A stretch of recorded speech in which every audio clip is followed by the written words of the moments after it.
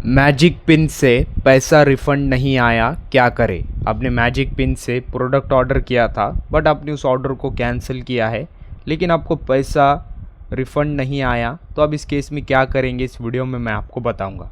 इस वीडियो में मैं आपको 2 स्टेप बताऊंगा जिनके थ्रू आपको पैसा वापस मिल सकता है। फर्स्ट स्टेप, आपको 1 से 2 दिन के लिए वेट करना है। जैसे एग्जांपल के लिए आपने आज ऑर्डर को कैंसिल किया तो आपको आज का दिन एंड टुमारो, आज और कल वेट करना है। देन आप 2 दिन वेट करोगे तो 2 दिन के अंदर आपका पैसा वापस आ जाएगा। ये फर्स्ट स्टेप था।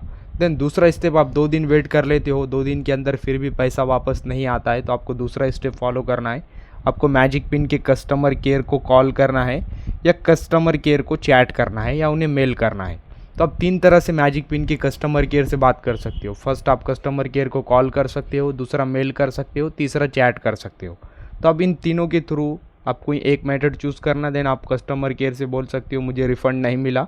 देन कस्टमर केयर आपको हेल्प करेंगे, देन आपको रिफ़ंड वापस मिल सकता है।